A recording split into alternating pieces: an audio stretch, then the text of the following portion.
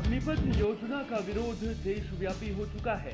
युवा ज्यादातर जगहों में विरोध दर्ज कराते हुए रेलवे स्टेशन और ट्रेनों को नुकसान पहुंचा रहे हैं।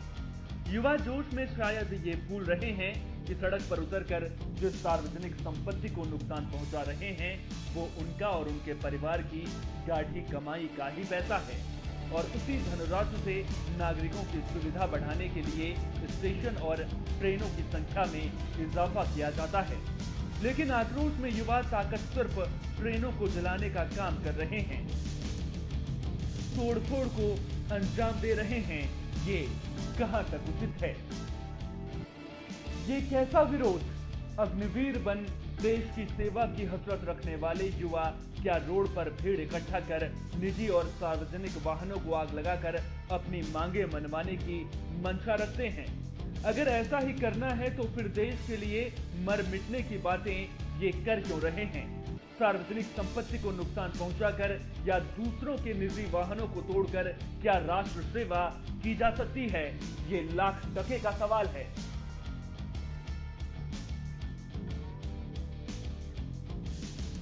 अग्निपथ योजना के विरोध के लिए एक आसान रास्ता निकाला है आंदोलनकारी युवाओं ने, और वो रास्ता है ट्रेनों की आवाजाही को प्रभावित करना।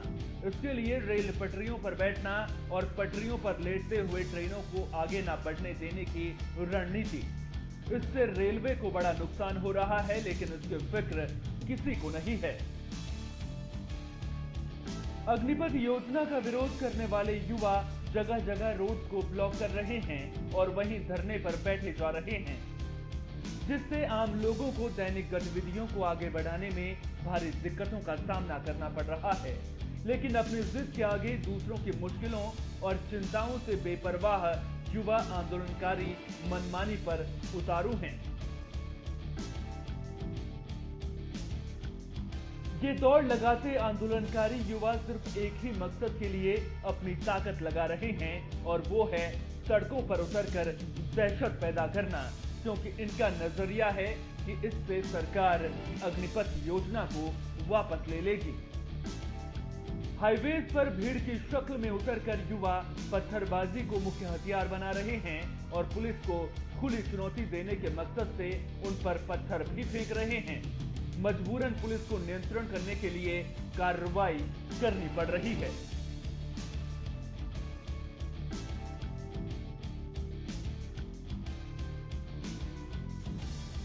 पुलिस की कोशिश है कि आंदोलनकारी युवाओं के खिलाफ कार्रवाई न करनी पड़े, लेकिन आंदोलनकारी जब पुलिस फोर्स के सामने आते हैं तो पत्थर फेंकना नहीं भूलते। क्या यही विरोध का तरीका एकमात्र तरीका है? आंदोलनकारी आक्रोश में जोश दिखा तो रहे हैं, लेकिन होश होकर गौर से देखिए इन तस्वीरों को।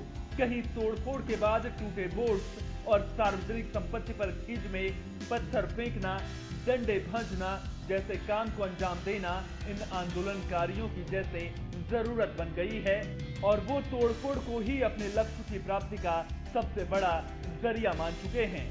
जरूरत है तो इनके मनोभावों को समझकर सरकार कुछ अहम फैसले ले, ताकि देश की सार्वजनिक संपत्ति बर्बाद और तबाह होने से बच सके।